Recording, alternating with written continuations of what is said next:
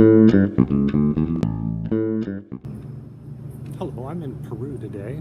I thought I'd talk for a moment more about allocation processes. In our prior video, we talked about what a basic allocation process is, figuring out how much of the cost of creating a manufacturing plant is attributable to each unit. Now, certainly when you get to the end of the life of the manufacturing plant, you can add up and know all of the costs and all of the units that you've produced over the years, and you could have a very accurate allocation process. You would know exactly what the cost per unit would be at the end of the life of the manufacturing plant. The problem is it's not very useful if you have to wait for 20, 30, 40 years for the manufacturing plant before you know what the unit cost is.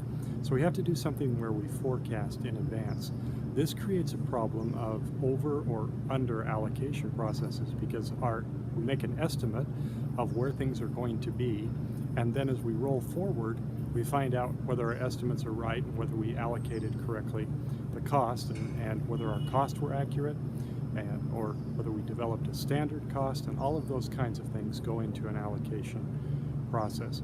What this means, without getting too detailed about it, is that allocation processes can be very complex, and they can end up being that you allocate things based upon other things that have been allocated, which are based upon things which are allocated, and at the end of the day, all of those minor differences and errors can end up and affect the results of this process, which in the end gives you bad information.